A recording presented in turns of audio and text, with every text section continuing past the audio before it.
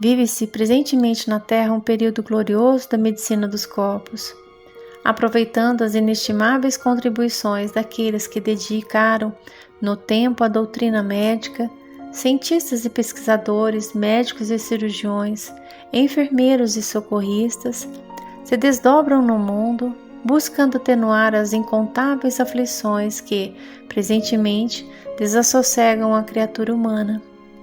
Por toda parte, em construções arquitetônicas invejáveis ou em humildes barracões no seio da África sofrida, médicos sem fronteiras e vanguardeiros do amor se dedicam ao socorro de enfermos diversos, que ora enxameiam a terra de gemidos e súplicas. A ciência médica, desde séculos incontáveis, buscou esquadrinhar o vaso físico, tentando entender sua funcionalidade e mecânica, buscando penetrar a gênese das enfermidades, patrocinando a terapêutica mais adequada a cada paciente. Desde a utilização das sangrias, da fitoterapia e das cirurgias curativas até os modernos fármacos antibióticos de última geração e imunizantes de precisão cirúrgica, houve muitos embates no campo técnico e celeuma em torno dessa ou daquela vertente de pensamento. Mas, na essência, o objetivo era sempre o de atenuar as agonias decorrentes da fragilidade orgânica, quando tomba sob o assédio devastador das invasões microbianas. Hansen, tifo, tuberculose, varíola e outras patologias se fizeram verdadeiros flagelos na história da humanidade, ceifando cada uma delas milhões de vidas, gerando horror e pânico nas comunidades atingidas. Hoje, ainda sob os estertores da mal curada pandemia da Covid-19, luta-se no solo do mundo contra a recrudescência da varíola dos macacos, as patogenias provocadas pelo mosquito da espécie Aedes aegypti, sem olvidar a malária, a febre maculosa, os cânceres de diversos tipos e as anemias falciformes, inquietando milhões de indivíduos.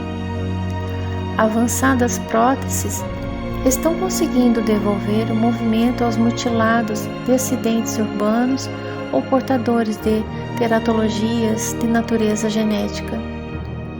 O exoesqueleto é um notável engenho, filho da robótica e da mecatrônica, buscando reerguer aqueles que padecem a atrofia de seus membros locomotores.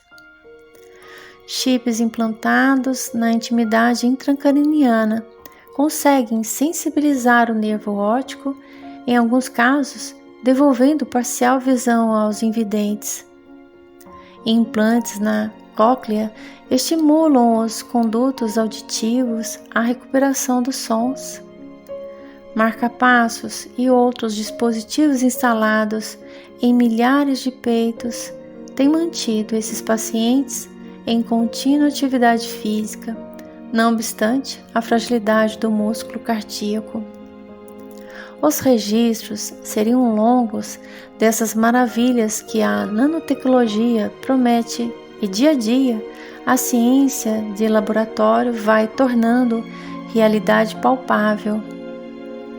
Entretanto, ao lado dessa maravilha fornecida pela divindade para o nosso progresso espiritual, que é o corpo, observa-se o avanço descontrolado de enfermidades outras, de natureza não microbiana, inutilizando bilhões de seres humanos na apatia e no vazio existencial. Em derredor de nossa movimentação do mundo, não há como negar os que tombaram na depressão profunda, se viram de uma hora para outra vítimas de um medo que as assaltou, lhes furtando a coragem de sair de casa para comezinhos deveres sociais. Os vencidos pelos surtos psicóticos, os que perderam a vontade de viver sem motivos aparentes, as obsessões cruentas, onde agentes das sombras se fizeram verdugos implacáveis e invisíveis de criaturas aparentemente saudáveis, as enxaquecas que ignoram qualquer tipo de medicação analgésica, as dores fantasmas que perseguem de maneira implacável incontáveis pacientes, sem que um diagnóstico preciso das máquinas sinalize onde se encontra o fulcro gerador daquelas algias insuportáveis. Tanto quanto os hospitais e clínicas, as casas religiosas estão cheias de aflitos.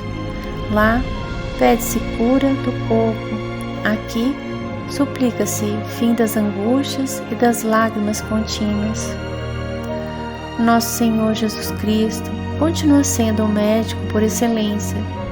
Seu tempo não foi muito diferente do nosso. Multidões de enfermos e andrajosos. Por onde seguia o divino médico, os doentes clamavam pela extinção do fluxo sanguíneo, a erradicação da leproma, da morfeia, a devolução da vista que o glaucoma ou a tracoma furtou, o cessar da paralisia e o resgate da voz que emudeceu na garganta assaltada pela infestação de empreiteiros do mal. Ele, sempre misericordioso, de suas mãos brotavam virtudes que extinguiam a enfermidade, seja ela qual fosse. Sua voz calmante insistia suavemente na observação da lei de amor, qual receita médica que os doentes psíquicos. Sim, o cordão dos doentes prossegue interminável. A legião de padecentes parece não ter fim. O bloco dos desenganados aumenta a cada dia. Ciência e cientistas, médicos e terapeutas buscam a cada dia novos métodos e recursos para atenuar efeitos, mas somente quando o paciente, que é o espírito imortal, sujeito da própria história e autor de sua felicidade desdita, luz e sombra se decida pela própria cura, é que vislumbraremos na Terra diferente panorama na relação saúde-doença. Amando, se forrará aos acúleos contaminados do ódio. Servindo, se resguardará do ócio devastador. Perdoando, se fará imune aos ataques de vibriões mentais da mágoa e do ressentimento. Aceitando com equilíbrio as dificuldades e lapidando as imperfeições de que se é portador, librará acima das inquietações materiais, possuindo doenças, mas não sendo doente. Torna-se-á médico de si mesmo, a caminho da verdadeira saúde, que é a do espírito.